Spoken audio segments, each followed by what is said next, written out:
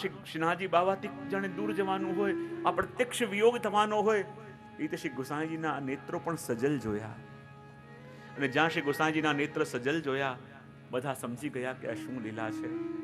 શ્રી ગોકુલનાથજીનો હાથ શ્રી ગોસાઈજી પકડ્યો અને જે જવાબદારી આપી એ નિભાવવાનું વચન પણ લીધું. અને શ્રી ગિરધરજી અને ગોવિંદ સ્વામી બંનેને લઈને શ્રી ગિરિરાજજીની કંદરા તરફ ચાલતા ચાલતા પધાર્યા. અને જ્યાં બધા લોકો પાછળ આવી રહ્યા છે કે શ્રી ગોસાઈજી ક્યાં પધારે છે, શ્રી ગોસાઈજી ક્યાં જઈ રહ્યા છે, અને જ્યાં એક કલ્પના થઈ કે શ્રી ગોસાઈજી અમને છોડીને ચાલ્યા જશે, શું શ્રી ગોસાઈજીના દર્શન અમને આ નેત્રોથી હવે નહીં થાય. જ્યારે શ્રીનાથજી બાવાના સાનિધ્યમાં જઈને શ્રી ગોસાઈજીના દર્શન કરતા તો અમને લાગતું કે અમારા શ્રીનાથજી બાવા બહુ સુખમાં બિરાજે છે, બહુ સુખમાં બિરાજે છે. હવે એવું સુખ શ્રીનાથજી બાવાને કોણ આપશે? અને શ્રીનાથજીના જેવા સુખનો વિચાર શ્રી ગોસાઈજી પ્રભુચરણ કરે છે, એવો કોણ કરશે? કે જ્યાં ભોગ સરાવીને પ્રસાદ લેવા બિરાજમાન થયા, ભોજન કરવા, અને જ્યાં ઘાસનું તણકલું નીકળ્યું, અને જ્યાં તણકલું ભોગમાં પ્રસાદમાં જોયું, અને જોતાની સાથે શ્રી ગોસાઈજીની આંખમાં અશ્રુ આવી ગયા. ગિરધરજીને બોલાવીને કહે, ગિરધર, આજે મારાથી બહુ મોટો અપરાધ થયો છે. તો શું થયું? કે આજે જ્યારે ઠાકોરજીના ભોગ ચડાવીને પ્રસાદ લેવા બેઠા અને એની અંદર મેં ઘાસનું તણકલું જોયું. પ્રભુની સેવામાં આવી અસાવધાની કેમ કરીને થઈ શકે? આપણે ગૃહસ્થ આશ્રમનો સ્વીકાર એટલા માટે કર્યો છે કે પ્રભુને બધા સુખ આપી શકીએ, પ્રભુને એટલું સુખ આપીએ, પ્રભુને એટલું સુખ આપીએ કે પ્રભુને લાગે નહીં કે એમના ધામને છોડીને પ્રભુ અહીંયા પધાર્યા છે. અને જો પ્રભુની સેવામાં આટલી કાળજી આપણે ન રાખી શક્યા, અને જો પ્રભુની સેવામાં આટલી કાળજી હું ન રાખી શકું, તો મારો ગૃહસ્થ આશ્રમમાં રહેવાનો અધિકાર નથી. ગિરધરજીને આજ્ઞા કરી, જાઓ ગિરધર, હમણાં ને હમણાં મારા વસ્ત્રો ભગવા રંગે ગેરુ રંગે રંગાવી દો. હું આજ ઘડીએ સંન્યાસ ગ્રહણ કરું છું. જેના સુખ માટે, જેના આનંદ માટે, જેને સુખ આપવા માટે મેં આ સંસારમાં આ ધર્મો ગ્રહણ કર્યા છે, જો એને સુખ ના આપી શકું તો મારો રહેવાનો અધિકાર શું છે? શ્રી ગિરધરજી સમજાવે છે, કાકાજી, જેવી સેવા અને જેવું સુખ, જેવા સુખનો વિચાર પ્રભુનો આપે કર્યો છે, એવો વિચાર પ્રભુ કોણ કરી શકે? કૃપા કરીને આપ ન જાઓ. પણ ગોસાઈજી માનતા નથી. ના કંઈ પણ થઈ જાય, મારે હવે ગ્રહસ્થમાં નથી રહેવું, હું હમણાં જ સંન્યાસ ગ્રહણ કરીશ. અને બહુ ઉપાય કર્યા, શ્રી ગોસાઈજી માનતા નથી.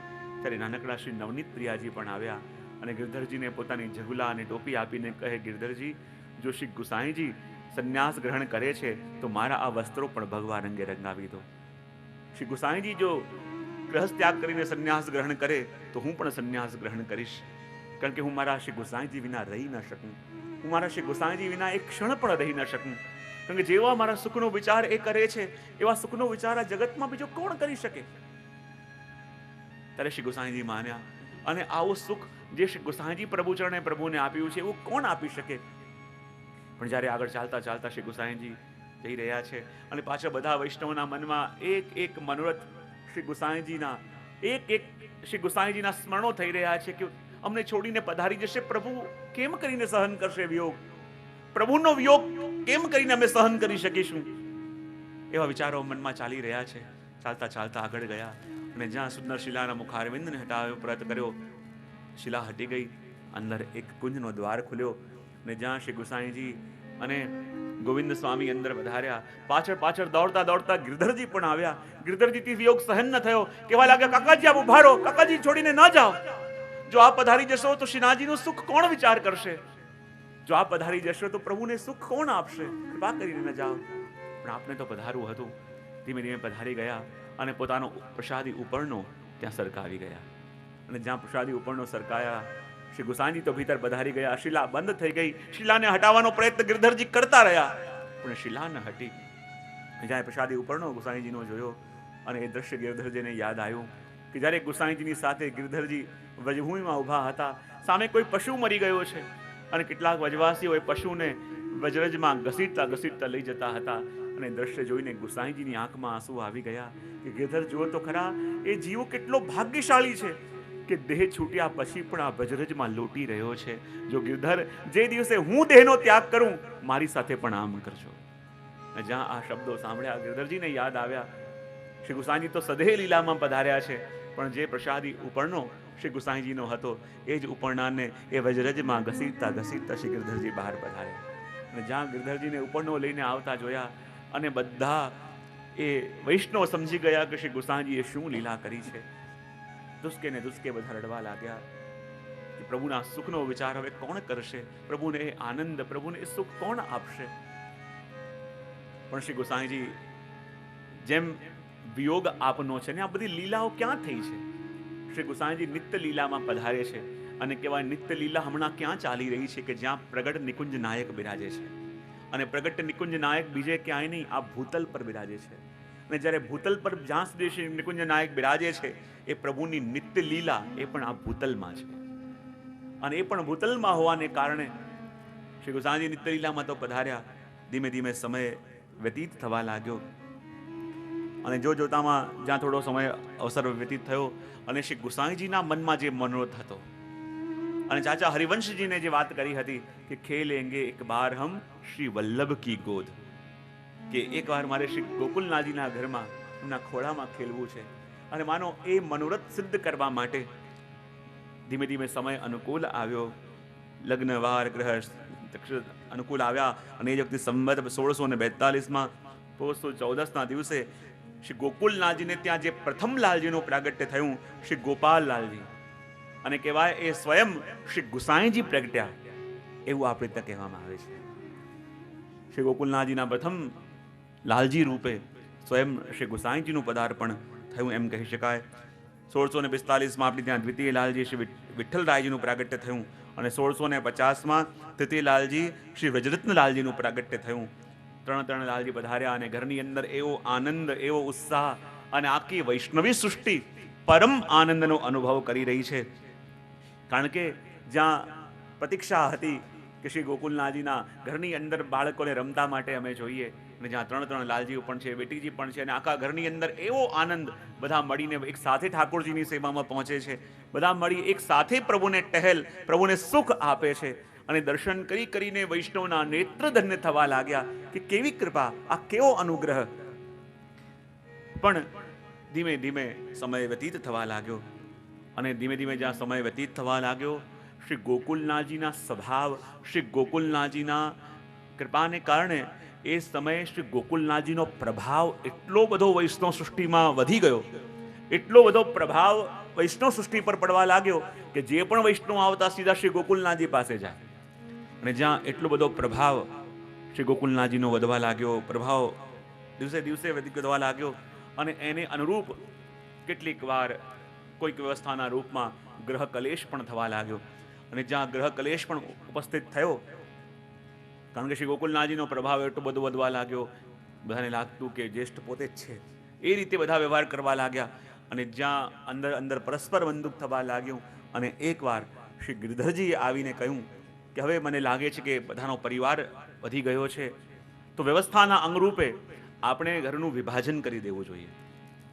શ્રી ગોકુલનાથજીએ ઘણી વાત પણ પોતાની કરી કે ભેગા મળીને જ પ્રભુની સેવા થાય એમાં સુખ છે, પણ વ્યવસ્થાના અંગરૂપે કહેવાય કે એ સમયે પરિસ્થિતિ એવી કંઈક બની, કંઈક માહોલ એવો બન્યો, ઘરનું વિભાજન કરવું પડ્યું. અલગ અલગ સ્વરૂપ દરેકના હાથમાં આવ્યા. શ્રી ગોકુલેશ પ્રભુના ભાગમાં શ્રી ગોકુલનાથજી પધાર્યા અને કહેવાય કે શ્રી ગોકુલનાથજીએ એ વખતે ન કંઈ દ્રવ્ય લીધું, ન કંઈ પણ પોતાનું ક્રમ ન લીધું, ખાલી ઠાકોરજી પધરાઈને પોતે પધાર્યા. અને ઠાકોરજી પધરાઈને પોતે પધાર્યા, વિચાર આવ્યો કે શ્રી પ્રભુને મારી પાસે તો કંઈ છે નહીં, કેમ કરીને ભોગ ધરી શું કરીશ? દાદાની આજ્ઞા લીધી કે હમણાં તો મારે ક્યાંય જવાનું સ્થાન નથી, શું હું કાકાજી શ્રી ગુસાઈજીની બેઠકમાં થોડો સમય વિશ્રામ યા મુકામ કરું? ગિરધરજીએ આજ્ઞા આપી. થોડો સમય ત્યાં બિરાજવા લાગ્યા. કંઈ અધિક વ્યવસ્થા નથી, ત્યારે પાર્વતી વહુજીએ પોતાની સાડી પાથરી અને શ્રી ગોકુલનાથજીને પધરાવ્યા. જ્યાં પોતાની સાડી પાથરી અને શ્રી ગોકુલનાથજીને પધરાવ્યા, શ્રી ગોકુલનાથજીના મનમાં હતું કે મારા ઈષ્ટને, મારા પ્રભુને હું ભોગ શું ધરીશ? મારા પ્રભુને હું શું અરુગાઈશ? જે ભરોસો મારા ઉપર શ્રી ગુસાઈજી કર્યો હતો, જે વિશ્વાસ મારા ઉપર શ્રી ગુસાઈજી રાખ્યો હતો, એનો હું કેમ કરીને બજાવીશ?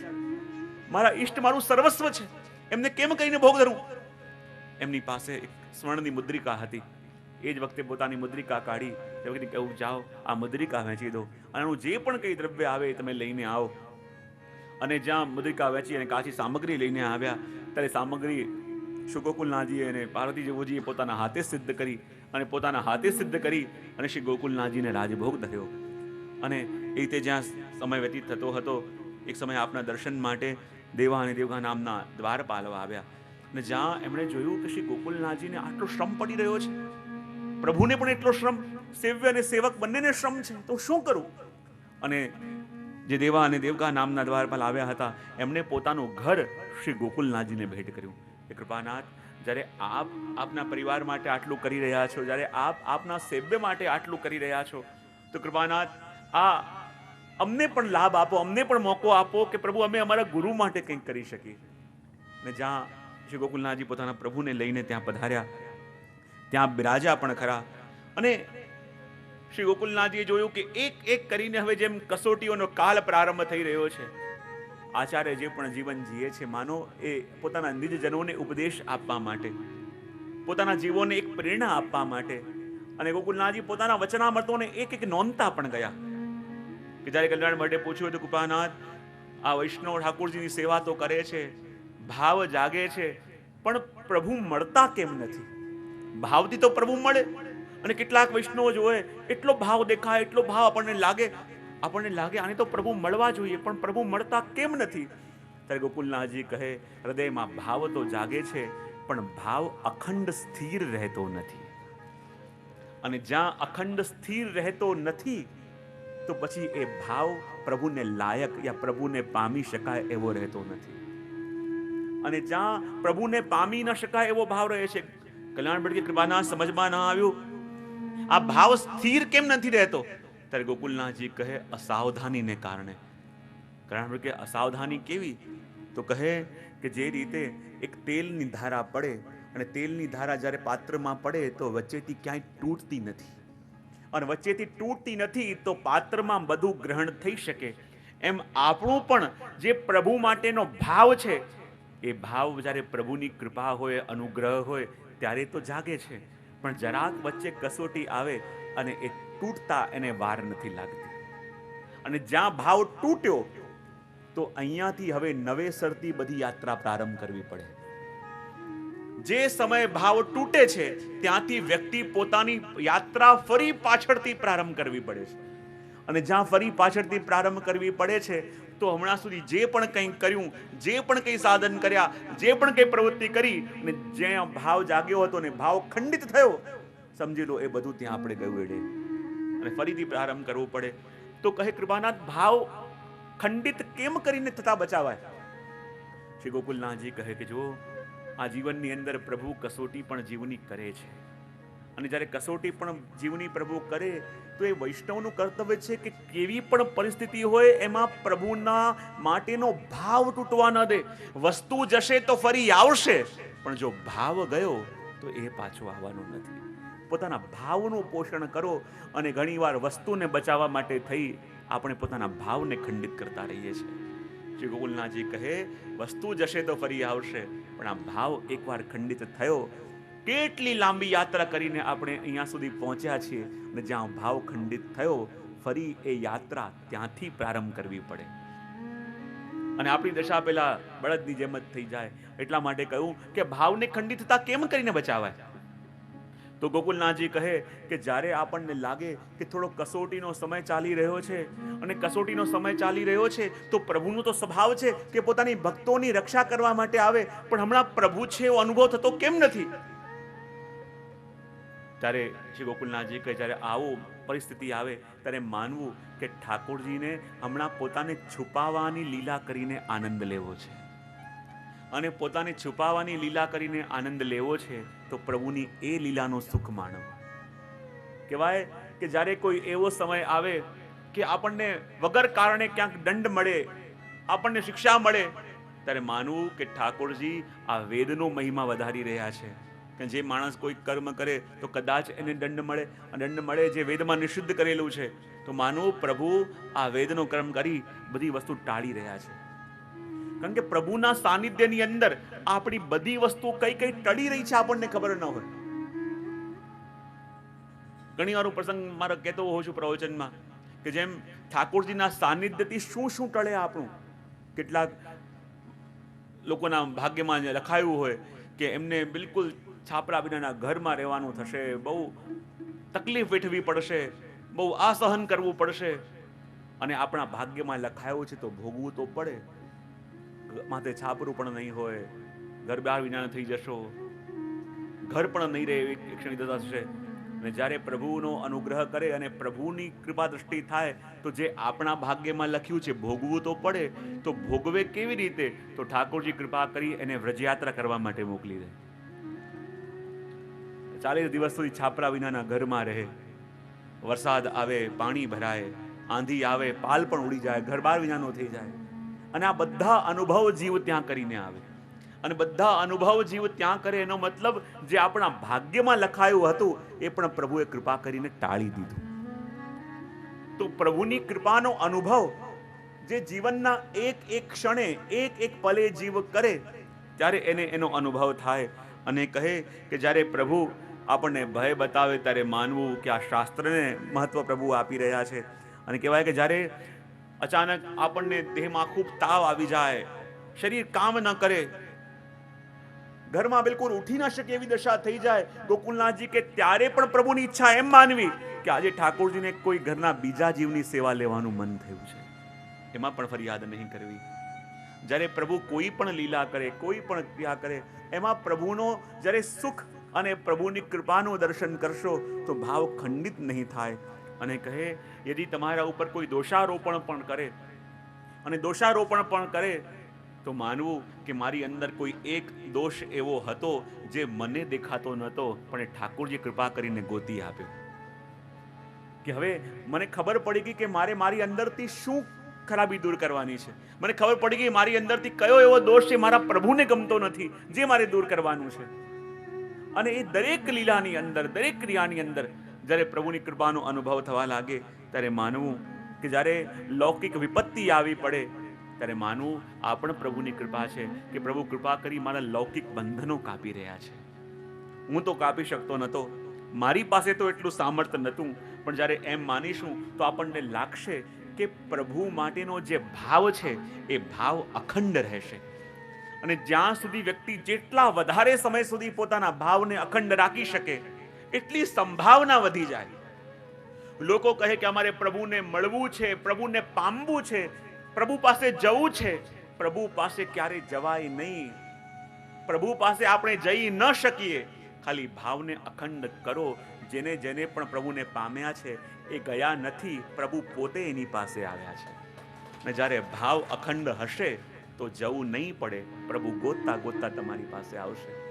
અને ભાવને અખંડ રાખવું એ જ આપણા ભક્તિ માર્ગની સાધના છે. કે ભાવને કેટલા લાંબા સમય સુધી આપણે અખંડ રાખી શકીએ, એને તૂટવા ના દઈએ, એને ખંડિત ના થવા દઈએ. હું ઘણીવાર મારા પ્રવચનમાં કહેતો પણ હોઉં છું કે આ લૌકિક કસોટીઓ થાય એ પણ શું છે. હું ઘણીવાર કહું ને કે પેલો ભક્ત છે, આ વૈષ્ણવ કેવો હોય, પેલા ચોખા જેવો. ઘણીવાર એક્ઝામ્પલ આપતો હોઉં છું.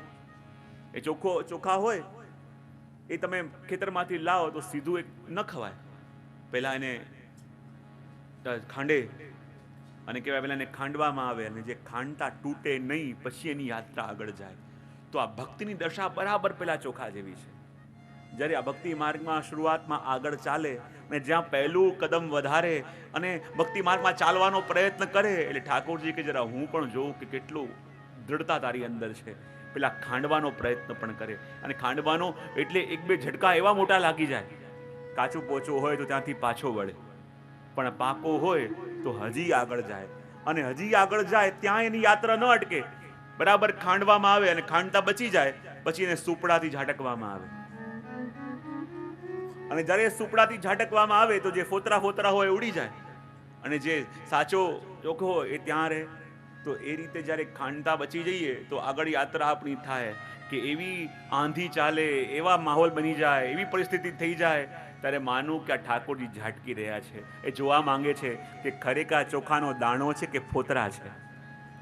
જો ફોતરા છે તો ઉડી જશે અને દાણો હશે તો આ આંધીની અંદર પણ પોતાની જાતને ટકાવી રાખશે. અને આટલાથી પણ એની યાત્રા ન અટકે. એ ચોખાનો દાણો આખો થઈ ગયો તો આખો થતાની સાથે એને સીધું કોઈ ખાય નહીં, પહેલા એને અગ્નિ ઉપર તપાવવું પડે. અને અગ્નિ ઉપર જ્યારે ગરમ કરવા માટે મૂકવું પડે અને ગરમ થઈ થઈ એ પરિપક્વ બને. અને એ રીતે જ્યારે જીવની યાત્રા આગળ થાય પછી એને એ વિયોગ, એ વિરહતાપ, એ વિરહ તાપનો અનુભવ કરવો જ પડે. અને વિરહ તાપનો અનુભવ કરે તો તપી તપી જેમ ચોખો એ પક્વો બને, એમ વિરહ તાપની અંદર પણ જે કાચો જીવ હતો એ તપી તપી પરિપક્વ બને. અને જ્યાં ચોખો બરાબર પાકી જાય તો ત્યાંથી પણ એને લાગે કે હવે મારી યાત્રાનો અંત આવ્યો હશે, હવે તો હું પરિપક્વ બન્યો, હવે તો મને અરોગનાર અરોગશે. પણ આટલાથી પણ યાત્રા બનતી નથી, એની અટકતી નથી. કોઈ એને મીઠું બનાવે, કોઈ એને ખારું કરી નાખે, કોઈ એને ખાટું કરી નાખે, પણ એ ચોખો તો કહે મને જે રંગે રંગવું હોય તૈયાર છું, જે સ્વાદનો કરવો હોય તૈયાર છું, બસ શરત એક, મને અરોગનારને સુખ થવું જોઈએ.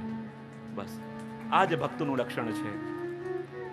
આ બધી પ્રક્રિયામાંથી એ બચે, આ બધી પ્રક્રિયામાંથી બહાર જાય, પછી ભક્ત પણ કહે પ્રભુ મને જે રંગે રંગવો રંગી નાખો, મને જે સ્વાદનો કરવો કરી દો, બસ શરત એ કે પ્રભુ એવો કરી દો કે જેને જોઈને પ્રભુ આપને સુખ મળે. પ્રભુ આપને સુખ પામવા માટે, આપને સુખ આપવા માટે પ્રભુ જેવો કરવો હોય હું કરવા તૈયાર છું, જેવો બનાવો કરવા તૈયાર છું, બસ પ્રભુ એ કૃપા આપ કરો.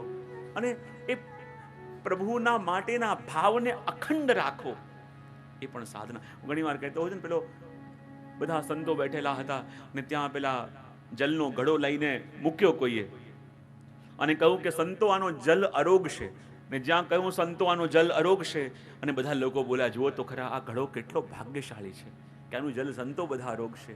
અને જ્યાં આ વાત સાંભળી અને એ ઘડાને વાચા સ્ફુરી, એ કહેવા લાગ્યો કે શું હું ભાગ્યશાળી છું? બધા કે હા, તારું જળ બધા સંતો ગ્રહણ કરશે. તો કહે કે જે સમયે એ કુંભારે મને માટીમાંથી ખોદી ખોદી ફાવડા મારી મારી આ ભૂમિમાંથી અલગ કર્યો, અને હું મારા પરિવારથી, હું મારા જનદાતાથી અલગ થયો, મને લાગ્યું જુઓ તો ખરા મને અલગ કરે છે, મારા પર આટલો ક્રૂર કેમ થયો, મારા ઉપર આટલો વ્યાકુળ કેમ થયો? અને જ્યારે એ પીડા એને થવા લાગી, એ દુઃખ એને થવા લાગ્યું, અને લાગ્યું કે જાણે અહીંયા અવાજ જરા ન કરો.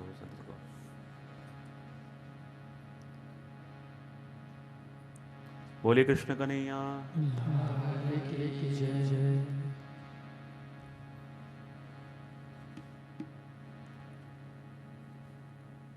અને જેમ વિચાર આવ્યો કે મને ભૂમિમાંથી અલગ કર્યો, કદાચ હવે મારું કંઈક સારું કરશે, અને એમાં પણ સંતોષ ન થયો. પેલા કુંભારે એની અંદર પાણી નાખ્યું અને પાણી નાખી પોતાના પગથી કચડવા લાગ્યો. અને જ્યાં પાણી નાખી પોતાના પગથી કચડવા લાગ્યો, એને લાગ્યું કે આ મારી સાથે આવું ખરાબ કેમ કરી રહ્યો છે, મેં એનું શું બગાડ્યું છે? હવે તો મારું કંઈક સારું થશે, હવે કંઈક સારા દિવસો મારા આવશે. એટલાથી પણ સંતોષ ન થયો. જ્યારે એને ચાકડા ઉપર મૂકવામાં આવ્યો અને કહે કે હવે તો મારું કંઈક શુભ થશે, પણ જ્યાં ઘડો બનાવે ત્યાં બહારથી પેલો પ્રહાર પણ કરવા લાગ્યો. પેલા પગથી મસળ્યો, એનાથી પણ સંતોષ ન થયો. ચાકડા પર મૂકી જોર જોરથી હાથથી મારવા લાગ્યો. ઘણા વિચાર કરે કે મેં આનું શું બગાડ્યું છે, મારી સાથે આવો વ્યવહાર કેમ કરે છે, આવી તકલીફ મને કેમ આપે છે? પણ એને સંતોષ ન થયો. અને જ્યાં ઘડો બન્યો, ઘડાનો આકાર બન્યું, એને લાગે હવે તો મારા દુઃખો પૂરા થશે, હવે તો મારી તકલીફો દૂર થશે. પણ સંતોષ ન થયો કુંભારને, અને બનેલા ઘડાને અગ્નિના ઓવાળામાં મૂક્યો. અને જ્યાં અગ્નિના ઓવાળામાં બાળવા માટે મૂક્યો, ત્યાં તપતો ગયો તપતો ગયો. એ કહે કે મેં કોઈનું શું બગાડ્યું છે કે મારે આટલી તકલીફો વેઠવી પડે, આટલા દુઃખો જોવા પડે, આટલી આટલી વેદનાઓ સહેવી પડે? અને જ્યાં ઘડો પરિપક્વ બન્યો, એને બહાર બજારમાં મૂકી દેવામાં આવ્યો. એને લાગે હવે તો મારી યાત્રા અટકશે, હવે તો મારા સુખના દિવસો આવશે. પણ જે લોકો પણ બજારમાં આવતા અને ઘડો જોઈને એને પણ મારી જતા, અને એની ઉપર પ્રહાર કરી જતા, અને એની ઉપર પ્રહાર કરી જતા. એને લાગતું કે મારા ભાગ્ય પ્રભુએ કેવી રીતે લખ્યા છે કે મારે સુખ જોવા જ ન મળે, મારે બધા તકલીફો જ વેઠવી પડે, જે આવે છે એ પણ મારી ઉપર પ્રહાર કરી જાય છે. અને એ જ વખતે કોઈ ભક્ત આવ્યા, આવીને એક ઘડો લીધો, એને ચકાસ્યો, જોયું અખંડ છે, આખો છે. એને લઈને ગયા અને એમાં ગંગા જળ ભર્યું, અને ગંગા જળ ભરી અને સંતોના માટે પધરાયું. અને જ્યારે ખબર પડી કે આ ઘડો કેટલો ભાગ્યશાળી છે, ત્યારે ઘડાને લાગ્યું કે મારી ઉપર લાતના પ્રહાર થયા, મારી ઉપર હાથથી પ્રહાર થયા, મારી ઉપર લોકોએ પ્રહાર કર્યા, પણ મને લાગ્યું કે મારા દુઃખના દિવસો છે. તો કહે દુઃખના દિવસો નહીં, એ તો મારી પ્રક્રિયા હતી કે જેમાં હું ઘડાતો હતો. અને જો એ વેદના મેં સહન ન કરી હોત તો આજે સંતોના માટે ગંગાજલ મારામાં ભરાયું ના હોત. અને એ ગંગાજલ ભરાયું હું એમને પીવાના યોગ્ય પાત્ર બની શક્યો, એ તો સૌથી મોટી કૃપા મારા ઉપર થઈ છે, એટલો મોટો અનુગ્રહ મારી ઉપર થયો છે. એટલા માટે શ્રી ગોકલેશ પ્રભુ પણ પોતાના જીવનની અંદર એ વસ્તુ ચરિતાર્થ કરીને બતાવે છે. અને ચરિતાર્થ કરીને બતાવે છે એટલા માટે તો ભક્તો કહે છે કે શ્રી ગોકુલનાથ સો નાથ કોણ? શ્રી ગોકુલનાથ જેવા નાથ કોણ છે કે જેને પોતાના જીવનની અંદર પોતે સહન કરી, પોતે શ્રમ લઈ અને જીવોને ઉપદેશ કર્યો છે. અને જે પોતે આચરણ કરી બીજાને આચાર્ય શીખવાડે એ તો આચાર્ય છે. એટલા માટે તો કહ્યું શ્રી ગોકુલનાથ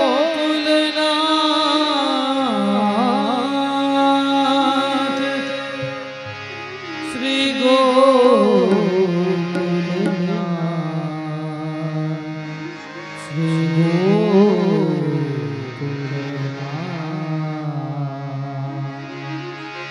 તુમારી શ્રી ગોકુલનાથ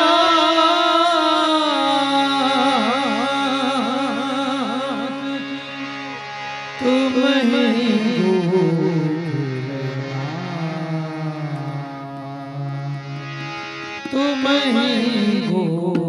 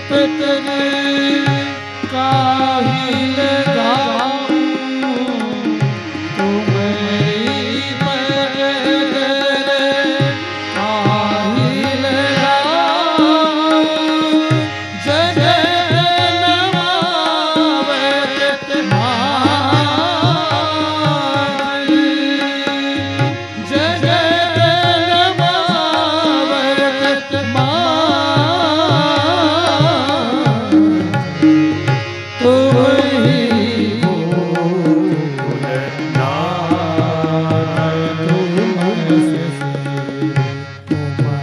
ही गोकुलनाथ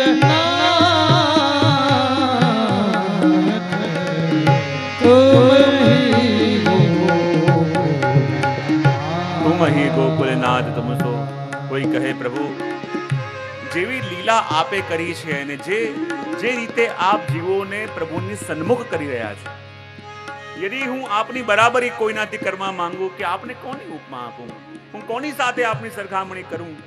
હે પ્રભુ આપના જેવા તો કોઈ નથી. એટલે કહું તુમ હી પ્રભુ, આપ જ આપના જેવા છો.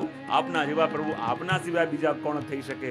એટલે તો કહ્યું તુમ હી છો, तुम ही गोकुलनाथ तुम ही गोकुलनाथ गोकुलनाथ गोकुलनाथ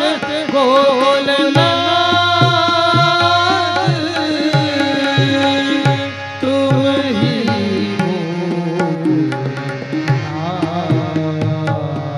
જેમ જેમ શ્રી ગોકલેશ પ્રભુની લીલાઓના દર્શન વૈષ્ણવ કરી રહ્યા છે અને એક એક લીલા જોઈને શ્રી ગોકલેશ પ્રભુની ક્યાંક ઉદારતા જોઈ, ક્યાંક એમની કરુણા જોઈ, વૈષ્ણવને એ ભાવ મનમાં જાગી રહ્યો છે કે અમારા કોઈ નાથ છે તો પ્રભુ આપ છો. અને જીવની આશક્તિ પણ કેવી! શ્રી ગોકુલનાથજી એમના વચનામૃતમાં કહે છે કે જ્યારે શ્રી ગુસાઈજી કોઈ ગામમાં પધાર્યા હશે, થોડા સમય પછી ફરી એક ગામમાં પધાર્યા અને એક ગામમાં એક જીવને બ્રહ્મ સંબંધ આપ્યો હશે. એક સેવક થયો હતો અને કહે જ્યારે ગુસાઈજી પાછા પધાર્યા અને એ સેવક જ્યારે મળવા માટે આવ્યો ત્યારે ગુસાઈજી કહે, અરે વૈષ્ણવ બતા તારો નિર્વાહ કઈ રીતે ચાલે છે? અને નિર્વાહ કોને કહેવાય? પોતાનું ભરણ પોષણ. શ્રી ગુસાઈજી કહે બતા તારો નિર્વાહ કઈ રીતે ચાલે છે? ત્યારે સેવકે કૃપાને બતાવું મારો નિર્વાહ કઈ રીતે ચાલે છે. બોલે કઈ રીતે ચાલે છે આજીવિકા તારી? બસ કૃપાનાથ, જે ઝરોખા ઉપર આપ બિરાજીને મારા ઉપર કૃપા કરી હતી, રોજ આવીને બસ એ ઝરોખાને જોતો રહું છું અને મારો નિર્વાહ ચલાવતો રહું છું. એક સેવકનો નિર્વાહ કોને જોઈને ચાલે? બોલે એના સ્વામીને જોઈને ચાલે. એક દાસનો નિર્વાહ કોને જોઈને ચાલે? બોલે એના ગુરુને જોઈને ચાલે.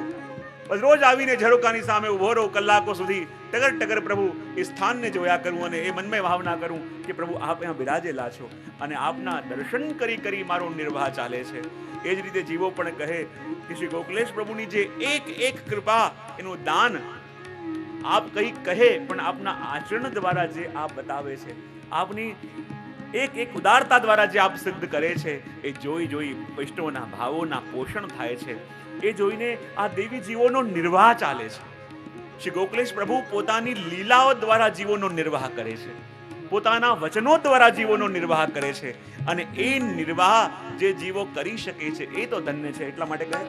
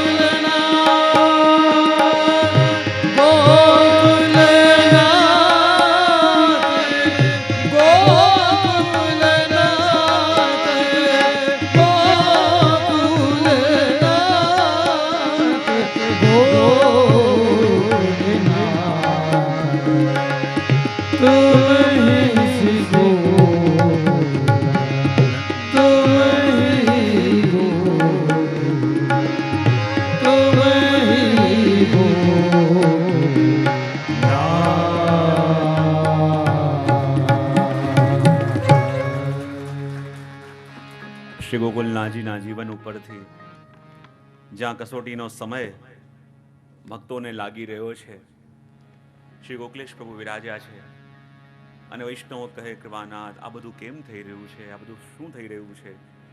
શ્રી ગોકુલનાથજી સામે બતાવો સામે શું છે? સામે બધા વૈષ્ણવો જોયું, શું દેખાયું? એક મકોડો ચડતો ચડતો ભીત ઉપર જાય, પાછો નીચે પડે, પાછો ચડતો ચડતો ઉપર જાય, પાછો નીચે પડે, પાછો ચડતો ચડતો જાય, પાછો નીચે પડે. શ્રી ગોકુલનાથજી કહે શું દેખાય છે? બધા કહે જુઓ તો ખરા કેવો જીવ છે, વારે વારે ચડે છે ને વારે વારે પડે છે, વારે વારે ચડે છે, વારે વારે ઉતરે છે, આમાં શું દેખાયું? શ્રી ગોકુલનાથજી કે ભલો છે એ જીવ પડ્યા પછી પણ ચડવાનું ભૂલતો નથી.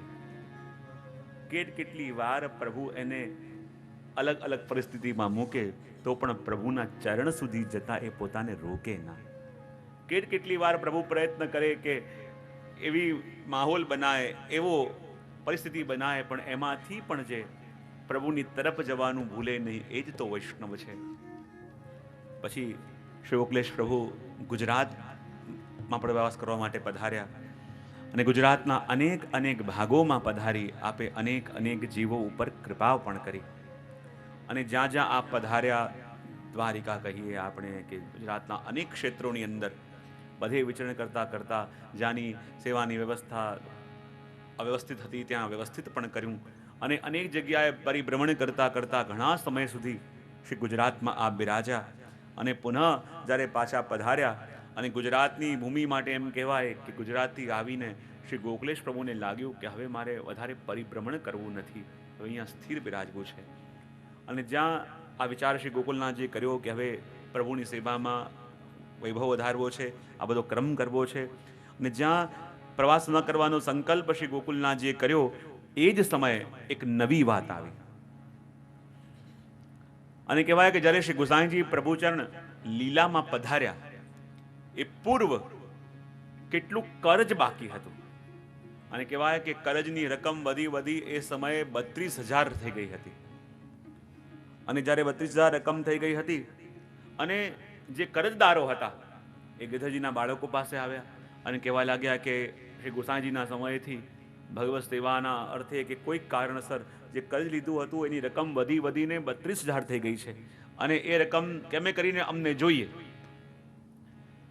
એ બધાએ કહ્યું કે જો આ તો શ્રી ગુસાઈજીની રકમ છે, માટે અમે એકલા કેમ આપીએ, બધાનો સરખો ભાગ થવો જોઈએ, બધા ભેગા મળીને કરજો ચૂકાવે.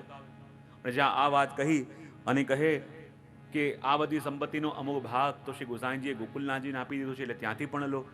અને આ બધા નવા વિચારો આવવા લાગ્યા અને આ કરજદારોને થોડોક આક્રોશ આવી ગયો અને શ્રી નવનીત પ્રિયાજીના મંદિરની બહાર જઈને બેઠા.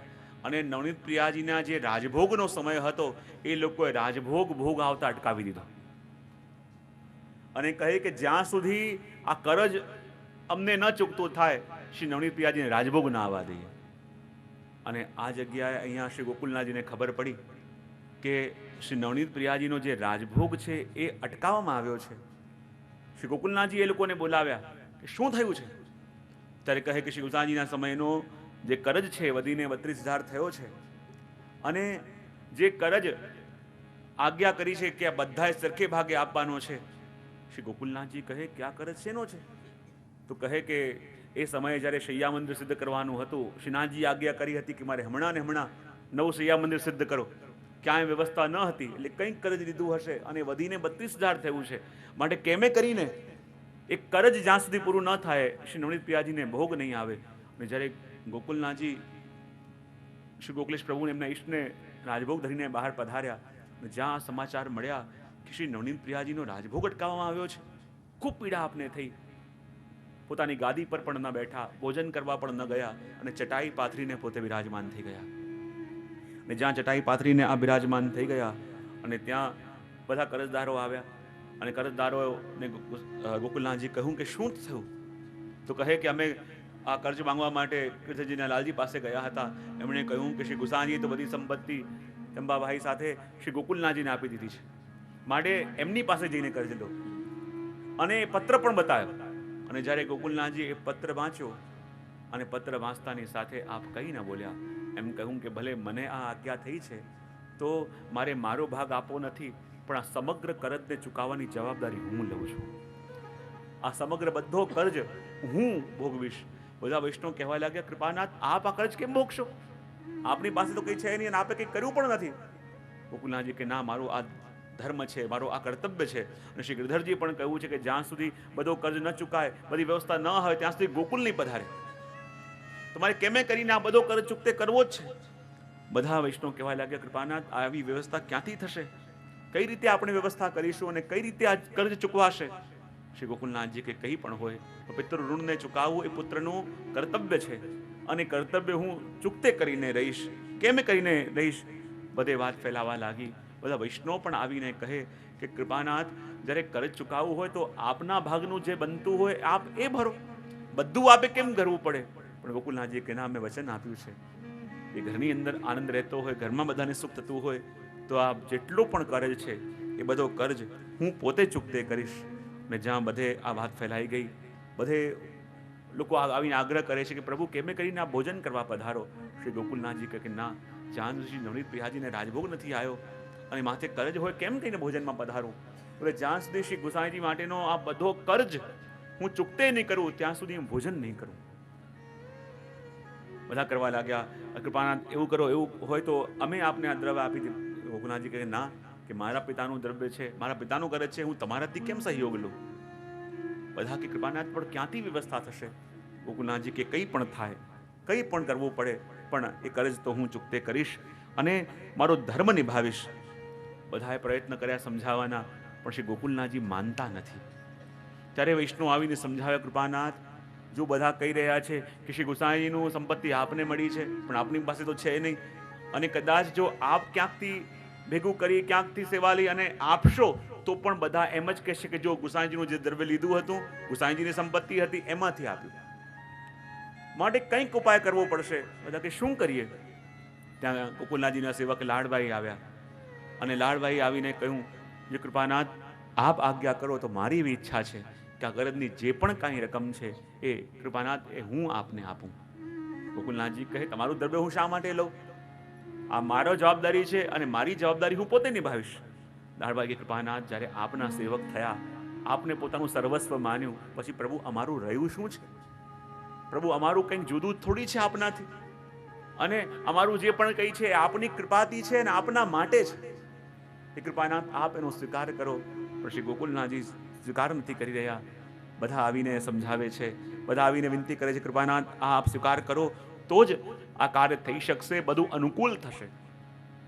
જ્યાં વારે વારે આ વાતો થવા લાગી, વારે વારે આ ચર્ચાઓ થવા લાગી, અને એ સમયે કહેવાય કે શ્રી ગોકુલનાથજીને એક પણ ક્ષણ માટે વિચાર આવ્યો કે આનો ઉપાય તો કંઈક કરવો પડશે, અને જો કંઈક ઉપાય કાઢવામાં ન આવ્યો તો આના પરિણામો બીજા આવશે અને બધાએ દુઃખ ભોગવવું પડશે, બધા કલહ વધશે. હવે શું કરવું. લાડભાઈ વિનંતી કરી, કૃપાનાથ અમારે ઘરે પધારો. જ્યારે લાડભાઈના ઘરે શ્રી ગોકુલનાથજી પધાર્યા, એમણે એ 32,000ની સ્વર્ણ મુદ્રાઓ જે કિંમત હતી એ સ્વર્ણ મુદ્રાઓ આપને ભેટ ધરી, અને ગોકુલનાથજી એ સ્વર્ણ મુદ્રાઓ પેલા કરજદારોને આપી. એ લોકો કહેવા લાગે અમને સ્વર્ણ મુદ્રા ન જોઈએ, અમને તો નગદમાં જોઈએ. 3-4 દિવસ પછી લાડબાઈ એ બધી વ્યવસ્થા પણ કરી દીધી, અને પુનઃ એ કરજદારોને જ્યારે બધું આપવામાં આવ્યું, શ્રી નવનીત પ્રિયાજીને રાજભોગ આવ્યા, અને ત્યારે શ્રી ગોકુલનાથજીએ ભોજન કર્યું. અને જ્યાં ભોજન કર્યું, વિરાજમાન હતા ગાદી ઉપર, બધા વૈષ્ણવ પણ આવ્યા. વૈષ્ણવ આવીને બેઠા હતા, અને સાચા અર્થમાં સન્મુખ બેઠા છે. કંઈ કોઈ બોલી શકતું નથી, કોઈ કંઈ પૂછી શકતું નથી કે શું પૂછીએ, શું કહીએ. પણ શ્રી ગોકુલનાથજીના દર્શન કરવા માત્રથી બધા વૈષ્ણવને બધા ઉત્તરો મળી રહ્યા છે. શ્રી ગોકુલનાથજીએ જે જે આજ્ઞાઓ કરી છે એ એક એક આજ્ઞાઓ શ્રી ગોકુલનાથજીના પોતાના જીવનમાં આજે વૈષ્ણવો જોઈ રહ્યા છે. એક એક આજ્ઞાઓ જે આપે શ્રી ગોકુલનાથજીએ કરી છે. મુખ્ય 24 વચનામૃત કહેવાય ને ગોકુલનાથજીના, એ 24 વચનામાં 24 આજ્ઞાઓ છે. એક એક આજ્ઞાનું સ્મરણ આપણે કરીએ, એ આજ્ઞાઓ શું છે આપની. શ્રી ગોકુલનાથજીના ચરિત્રનું દર્શન તો આપણે કરી લઈએ, પણ એમણે જે કહ્યું છે એનું અનુસરણ જો કરી ન શકીએ તો પછી એની કૃપાનો અનુભવ થઈ ન શકે.